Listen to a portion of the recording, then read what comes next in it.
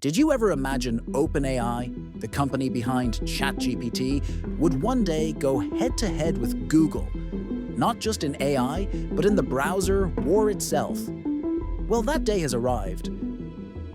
OpenAI has just announced its own web browser, Atlas, a move that directly challenges Google Chrome's dominance and redefines what browsing even means in the age of AI. This isn't just about another app. This is about control over how billions of people interact with the internet itself. So today, let's break down exactly what OpenAI's new browser does, why it could shake Google's monopoly to its core, and what it means for the future of the web. On October 21st, 2025, OpenAI officially launched its new web browser called Atlas, starting on Apple laptops and soon expanding to Windows, iOS, and Android. CEO Sam Altman described it as a once-in-a-decade opportunity to rethink what a browser can be and how to use one. And that's not just PR talk. Atlas isn't designed to be just another Chrome clone. It's built around ChatGPT itself, an AI-driven gateway to the internet, where the old-school search bar gets replaced by a conversational interface. Instead of typing URLs, you just ask, and Atlas finds, summarizes, and even interacts with websites on your behalf. Let's rewind a bit.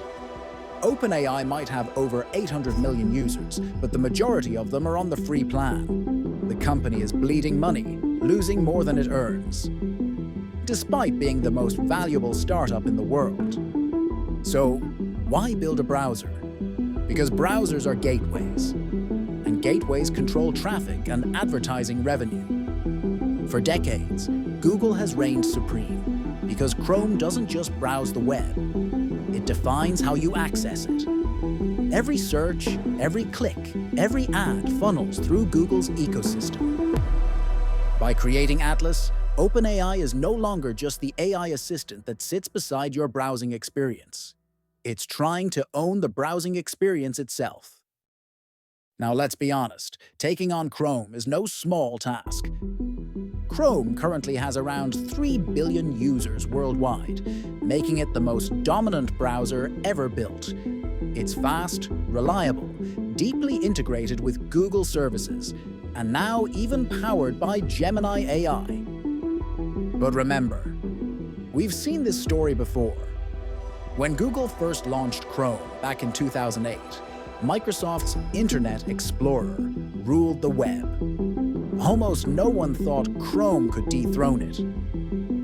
Yet Chrome did it by being faster, cleaner, and more intelligent for its time. Now, OpenAI is trying to do to Google what Google once did to Microsoft. The irony is wild. History might just repeat itself. Only this time, the underdog is OpenAI, and the giant in its sights is Google. This launch also comes right after a massive legal battle between Google and the US Justice Department. Just a few months ago, a federal judge ruled that Google's search engine was indeed an illegal monopoly. But he rejected the government's call to break up Chrome. That's where it gets interesting. OpenAI had actually said that if Chrome were ever forced to be sold, they'd be interested in buying it.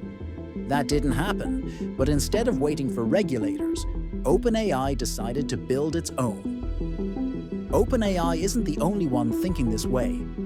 Earlier this year, another AI-first company called Perplexity launched its own browser named Comet. They even offered to buy Chrome for a jaw-dropping $34.5 billion, but that deal never left the runway after the court's decision. Now, with Atlas officially entering the race, the new browser wars are no longer about speed or tabs. They're about intelligence. Every company wants to create a browser that doesn't just show you web pages, but understands them for you. That's where AI becomes the real competitive edge. So what makes Atlas unique? According to OpenAI, one of its most powerful features is something called agent mode. This isn't your typical search assistant. In agent mode, ChatGPT can literally browse and click around the internet for you. Let's say you're planning a trip to Japan. You can tell Atlas, find me the best hotels in Kyoto, compare them by price and rating, book the one with a spa and mountain view, and explain why you chose it. And it will do all of that while narrating the process in real time. Altman describes it as, it's using the internet for you. The browser studies your search behavior, your preferences, even your tone, then tailors results based on what it learns. That's a massive leap from traditional search engines that only respond to keywords. In Atlas, the chatbot interface replaces the URL bar, meaning natural language becomes the new way we navigate the web.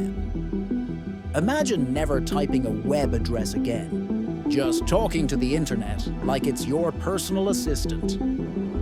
So, how worried should Google be? Quite a bit, actually. Because OpenAI's Atlas isn't just competing on features, it's competing on behavioral patterns. Most people today already use ChatGPT to summarize, explain, or even search for information before they ever Google it. That's a massive shift in user habits, and it means Chrome is slowly becoming less of a necessity.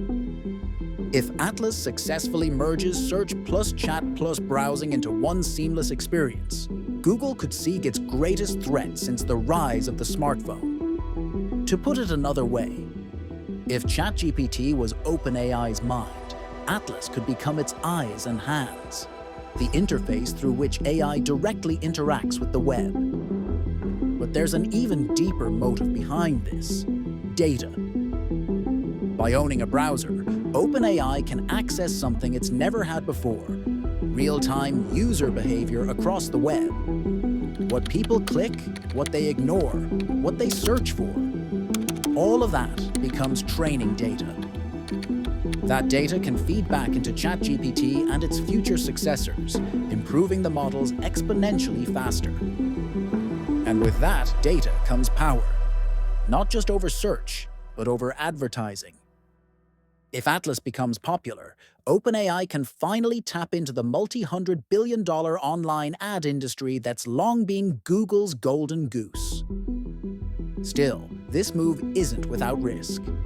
Chrome's dominance is deeply entrenched, and it's tied to Android, Gmail, YouTube, and Google's entire ecosystem. Switching browsers is something most people simply don't do. And then there's the question of privacy and trust.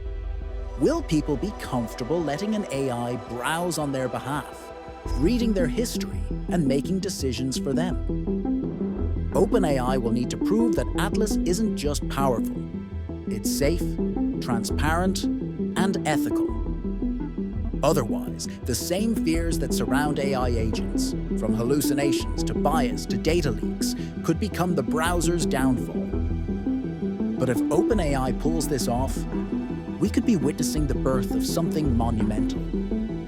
Imagine an internet where you don't need to jump between tabs, type keywords, or compare sources. Your AI agent simply does the work for you, finding information, verifying accuracy, and presenting it like a curated story. This could completely change SEO, web design, and online business. Websites might start optimizing not for humans, but for AI interpreters. The browser, as we know it, could evolve into a personalized, intelligent gateway between human thought and the web's vast information space. And that's exactly what Sam Altman means when he says, "Tabs were great, but we haven't seen a lot of browser innovation since then." Atlas might just be the next big leap. So here's the big question. Is Atlas the beginning of a new era, or just another bold experiment from OpenAI? One thing's for sure, the browser war just got its most fascinating new contender in years. From Microsoft's Edge with Copilot, to Perplexity's Comet, and now OpenAI's Atlas. The battle for how we access information is heating up fast. And if history is any guide, revolutions don't start with the biggest players. They start with the boldest ideas. So, what do you think? Would you ditch Chrome and let AI browse the web for you? Or is OpenAI stepping into dangerous territory by blending human agency with automation? Drop your thoughts below. Hit subscribe if you love deep dive AI stories like this, and I'll see you in the next video. Because the future of the internet just got a lot more intelligent.